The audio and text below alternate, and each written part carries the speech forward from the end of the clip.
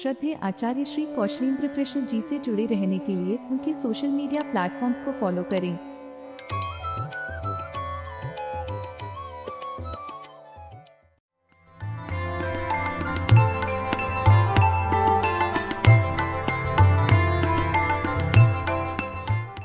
पूरी श्रृंखला केवल उन हेतु है जो मनुस्मृति को निष्पक्ष एवं खुले दिमाग से जानना चाहते हैं। जो पूर्व से ही मनुस्मृति एवं ब्राह्मणों के कट्टर विरोधी हों, उन्हें इस वीडियो से कोई लाभ नहीं है। ऐसों को तो इस श्रृंखला के नाम से ही पीड़ा हो जाती है। फिर कई सज्जन आकर कमेंट बॉक्स में अपशब्द लिखकर अपने माता पिता के दूषित संस्कारों का भी परिचय देते हैं। ऐसे सारे महापुरुष कृपया इस वीडियो से दूर रहें। आज के वीडियो में चर्चा होगी कि अधम ब्राह्मण कौन कौन से होते हैं, अर्थात कैसे ब्राह्मणों को आप अधम कह सकते हैं। कहीं आपके आसपास में ब्राह्मण तो इन दुर्गुणों से युक्त नहीं है जिसकी चर्चा आज होने वाली है। ऐसे में उनसे दूर रहना ही श्रेयस्कर है। तो इस वीडियो को देखने से आपको ब्राह्मण तथा अधम ब्राह्मणों को चुनने का विवेक प्राप्त हो जाएगा।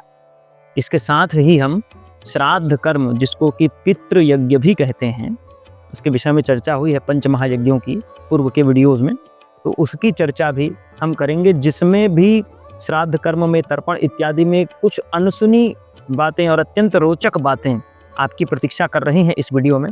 तो नई नई बातें सीखने का मौका है। बड़ा ही दुर्लभ वीडियो है, बड़े दुर्लभ विषयों पर चर्चा है, बड़ा रोचक वीडियो है, तो पूरे ध्यान से देखें। और वीडियो में मनुस्मृति के मत का ही वर्णन है। हम अपने मन से कुछ भी नहीं कहने वाले। इस वीडियो में मनुस्मृति के अंतर्गत कहाँ से कहाँ तक की चर्चा है, इसका विवरण आपको श्लोक संख्या के रूप में, संकेत के रूप में डिस्क्रिप्शन में प्राप्त हो जाएगा, तो वहाँ पर आप जाकर के देख सकते हैं।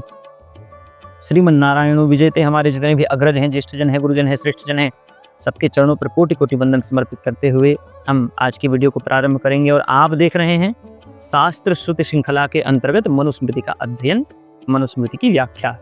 इस वीडियो को पूर्णतया समझने हेतु आवश्यक है कि आप इस श्रृंखला के पिछले वीडियोस को क्रमवार तरीके से देखें, जिसकी प्लेलिस्ट भी इस वीडियो के डिस्क्रिप्शन में उपलब्ध है।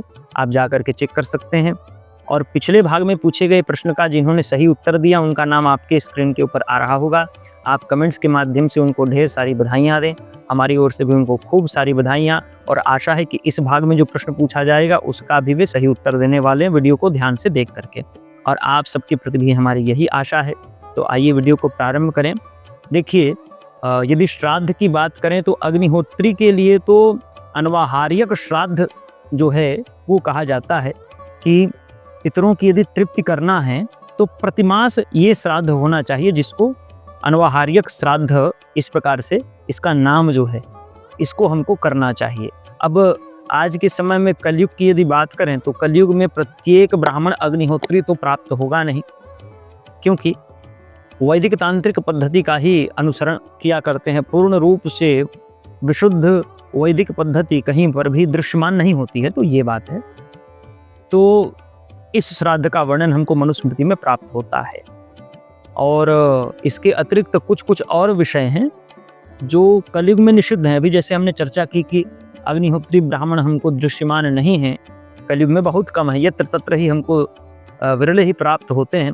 उसी प्रकार से श्राद्ध क्रम में एक विधान है मांस के पिंड का श्राद्ध करने का, तो यह भी कलयुग में निषिद्ध है। इसका वर्णन तो शास्त्रों में प्राप्त होता है, किंतु यह भी निषिद्ध ही है, इसका हमको ध्यान देना चाहिए।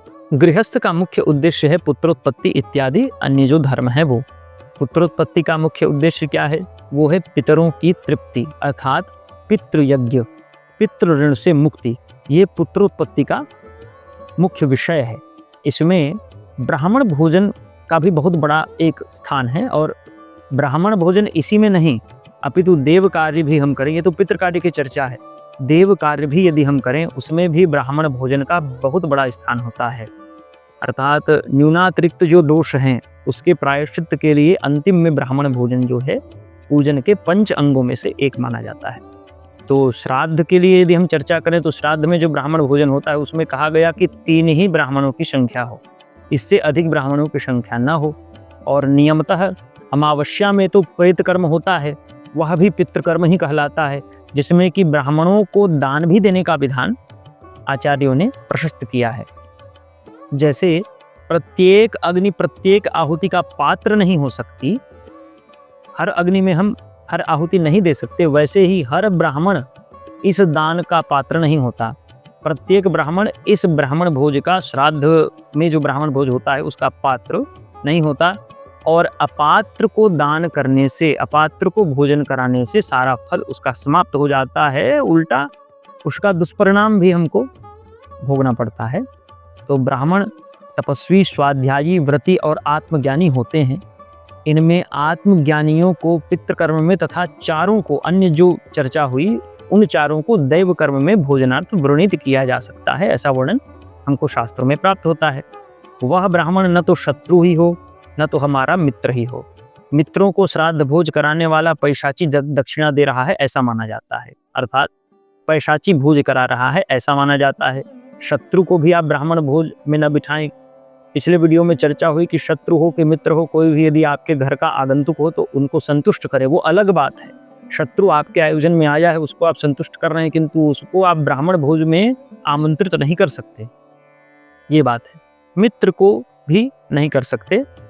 मित्र को तो तदपि यहाँ पर कहा यह जाता है कि आपत्ति काल में मित्र को ग्रहण भी किया जा सकता है, किंतु शत्रु को तो बिल्कुल भी नहीं किया जा सकता। यदि ब्राह्मण न मिले, अगर हम ब्राह्मण भोज करा रहे हैं और हमको ब्राह्मण की उपलब्धि नहीं हो रही है, ब्राह्मण हमको प्राप्त नहीं हो पा रहे, ऐसी स्थिति में मामा, भांजा, ससुर इत्यादि पुरुषों को ही हम भोजन करा सकते हैं। इसका भी हमको विधान प्राप्त होता है। और ब्राह्मण भोजन देव तथा पितृकर्म दोनों की संपूर्णता है, जैसे कि पहले चर्चा हुई। इसमें कैसे ब्राह्मणों को हमको नहीं ग्रहण करना चाहिए, तो जो ब्राह्मण पतित हैं, जो ब्राह्मण नपुंसक हैं, पतित से तात्पर्य जो ब्राह्मणोचित कर्म शास्त्रों में बताए गए हैं उन कर्मों को जो ब्राह्मण नहीं करते हैं, अर्थात ब्राह्मण जाति में जन्म तो लिया है उन्होंने, किंतु ब्राह्मणोचित कर्म नहीं कर रहे, वो पतित ब्राह्मण हैं, नपुंसक ब्राह्मण हैं, अधर्मी जो हैं, नास्तिक जो हैं, जो ब्राह्मण अत्यंत कामी हैं, उनको बिल्कुल भी हमको भोजन नहीं कराना चाहिए। और आगे हम अब इसी में जो चर्चा होगी कि कैसे कैसे ब्राह्मणों को भोजन नहीं कराना चाहिए, उसमें आप अनुमान लगाइएगा कि हम यहाँ पर अधम ब्राह्मणों की चर्चा कर रहे हैं। तो आगे हम जो जो संकेत आपको देंगे, जो जो चिन्ह आपको बताएंगे, आपके आसपास के किसी भी ब्राह्मण में यदि उसमें से कोई भी चिन्ह परिलक्षित होता है, समझ जाइएगा कि वो ब्राह्मण अधम है।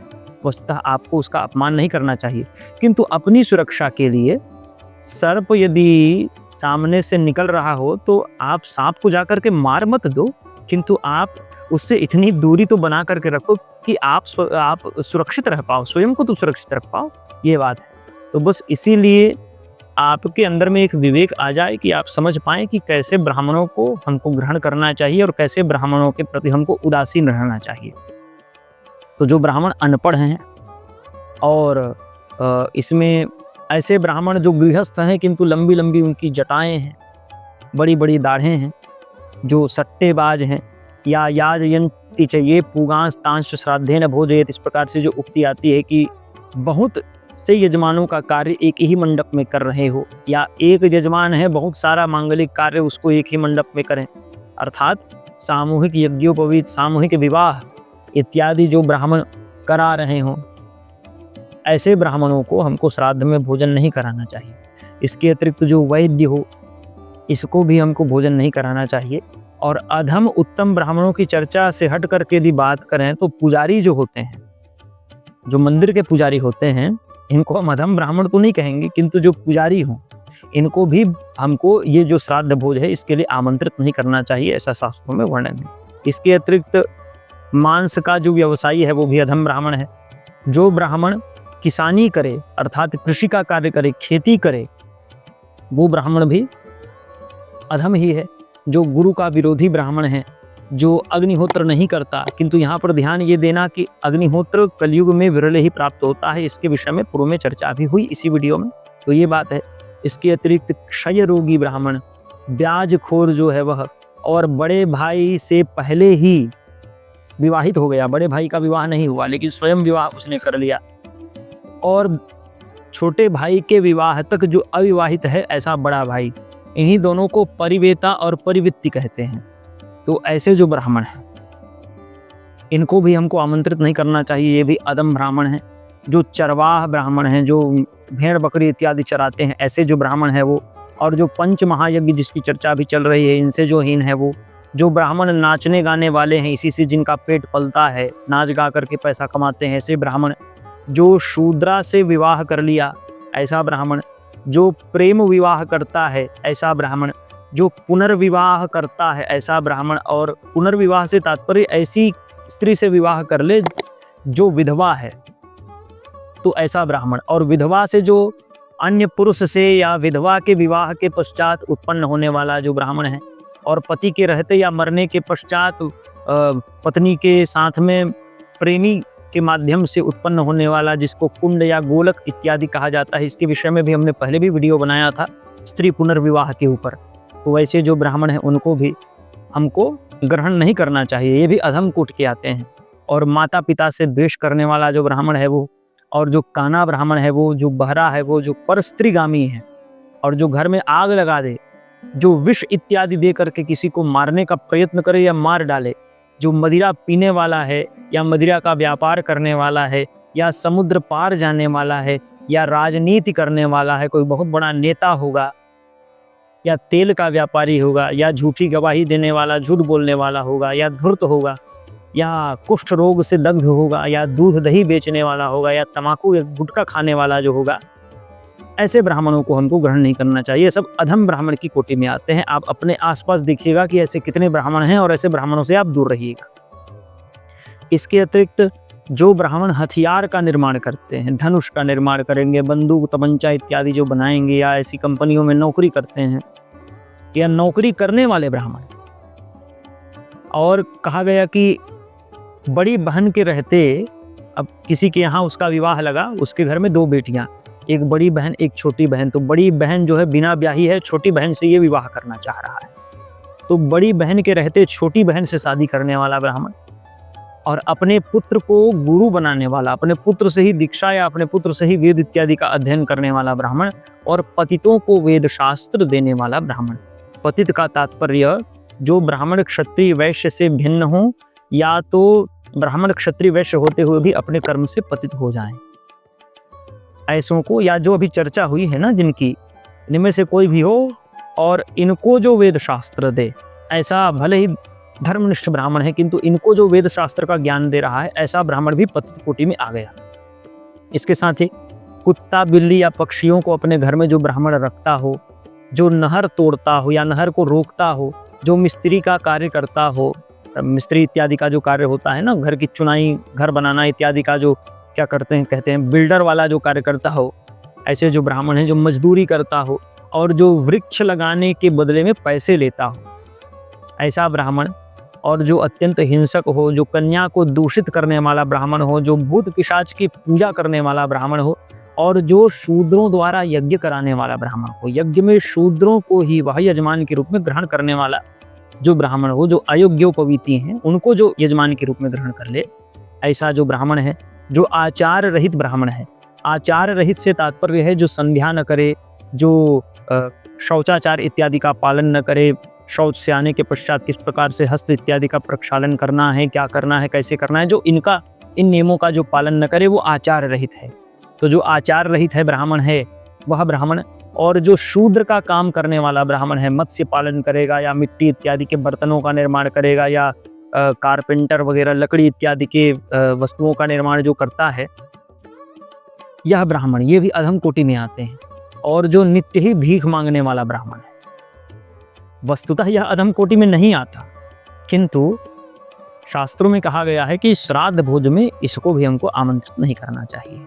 इसके अतिरिक्त अधम कोटि की यदि बात करें तो किसी अन्य को वागदान दी गई कन्या, उससे यह जाकर के विवाह कर ले, ऐसा ब्राह्मण, या घर में भैंस रखने वाला ब्राह्मण, ये सब ब्राह्मण अधम कोटि में आते हैं। इनको हमको श्राद्ध में भोजन के लिए आमंत्रित नहीं करना चाहिए।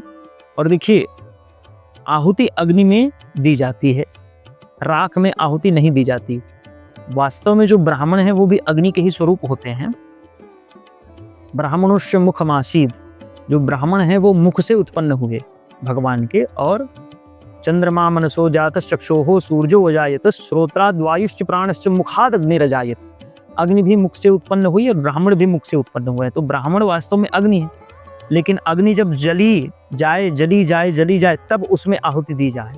और यदि अग्नि जिसको जलाना है उसको जला करके राख ही केवल शेष बचा है, अग्नि तो तिरोहित हो जाए, ऐसी स्थिति में फिर उसमें आहुति दी जाए तो उसका कोई फल नहीं है, उसी प्रकार से ये सब जो ब्राह्मण करते हैं, जिसकी चर्चा भी ऊपर हुई पूर्व में इस वीडियो में, तो ये सारा कार्य करने वाले जो ब्राह्मण हैं, वेद न पढ़ने वाले जो ब्राह्मण हैं, संध्योपासन न करने वाले ब्राह्मण हैं, वो राख के समान ही हैं।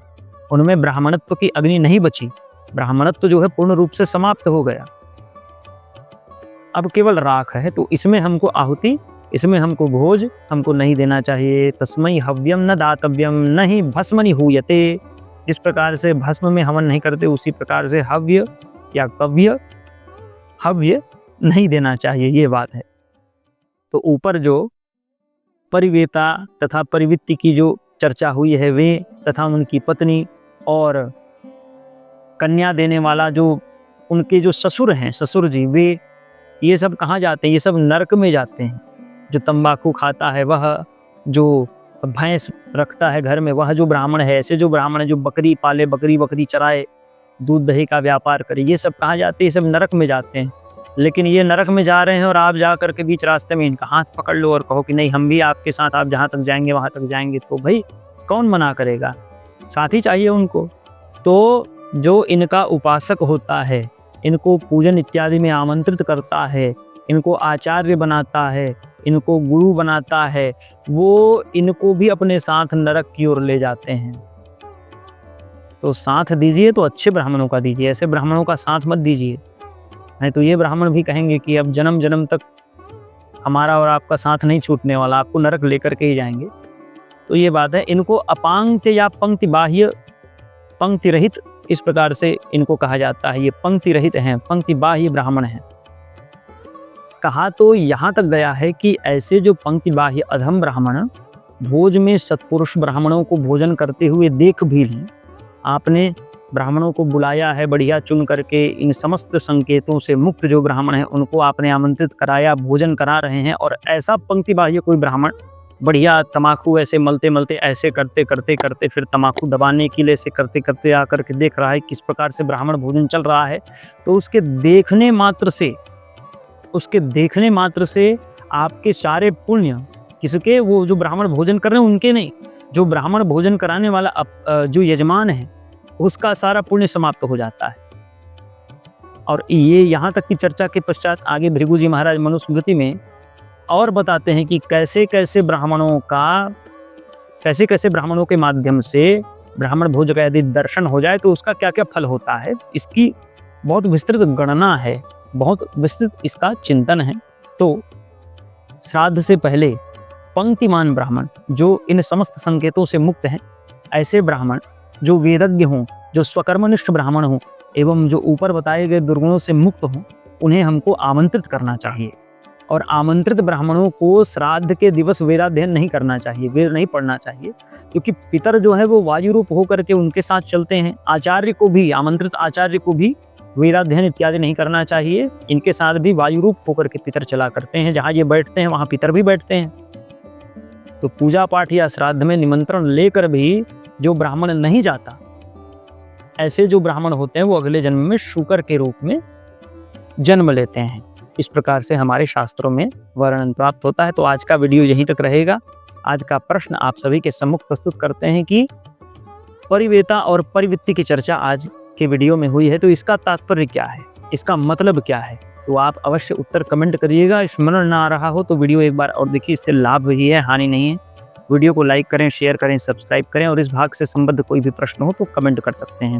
यदि आपके मन में हमारी टीम के लिए, कौशलोदय चैनल के लिए कोई विशेष सलाह है, तो आप हमारे चैनल के विशेष सलाहकार बनने के विशेषाधिकार को प्राप्त करने के लिए सब्सक्राइब बटन के बगल में दिए गए ज्वाइन बटन पर क्लिक करें, जहाँ पर आपका दिग्दर्शन हो जाएगा। वहाँ पर आपको बताया जाएगा कि आप क्या करके ये सब वस्तुएं जो हैं प्राप्त कर सकते हैं। इसी के साथ हमारा फेसबुक का पेज है, टेलीग्राम का चैनल है, इंस्टाग्राम में हमारा, व्हाट्सएप का चैनल है, वेबसाइट है, सबका लिंक आपको इस वीडियो के डिस्क्रिप्शन में प्राप्त हो जाएगा। हमारी भागवत कथा इत्यादि कथाओं के आयोजनों से संबद्ध कोई भी प्रश्न यदि आपके मन में है तो हमारा व्हाट्सएप नंबर भी वीडियो के डिस्क्रिप्शन में ही प्राप्त हो जाएगा। इसी के साथ यदि आप हमारे कौशलोदय चैनल टीम को सहयोग करना चाहते हैं आर्थिक रूप से, तो उसका विधान यदि आपको देखना है तो इसी वीडियो के कमेंट बॉक्स में पिंड कमेंट का निरीक्षण कीजिए, वहां पर उसकी जानकारी आपको प्राप्त हो जाएगी। आशा है यह वीडियो आपको पसंद आया होगा। अधिक से अधिक वीडियो को शेयर करें ताकि ज़्यादा से ज़्यादा लोगों तक यह जानकारी पहुँचे और लोगों के मन में जो ब्राह्मणों को लेकर के भ्रम है वो भ्रम समाप्त हो जाए। इसी के साथ इस वीडियो को हम यहीं पर संपन्न करेंगे। जय श्रीमन्नारायण।